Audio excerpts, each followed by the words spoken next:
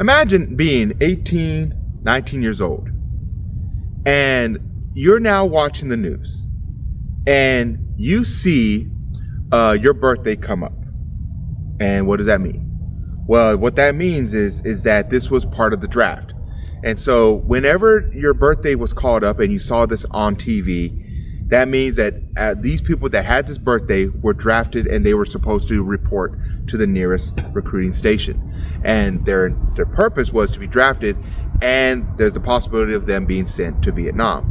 And so the draft was definitely one of the most controversial aspects of the Cold War, and of course during the Vietnam era, as you had many Americans get drafted to go fight this war overseas in Vietnam.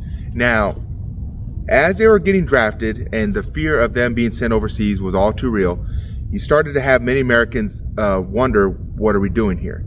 And for many of these young men that did get drafted, they did get sent overseas, and they were told to fight in this war, or they were going to face severe consequences if they didn't report. Now, many of the people that were drafted, it turns out about 80% of them came from poor or working class families. And there was a reason for that. Well, when to get excluded from the draft, you either had to be continuing your education, whether it be in high school or through college. And so many people, they decided to go to college, regardless if they were trying to actually graduate or not. They were going over there and to basically avoid getting drafted. Now, at the time, who could afford college? Well, unfortunately for the working class, only the rich could. And so the rich were able to send their kids to college and get them avoid the draft. As well as many of the people that also had financial resources, they were able to get their kids and send them overseas or send them across the border.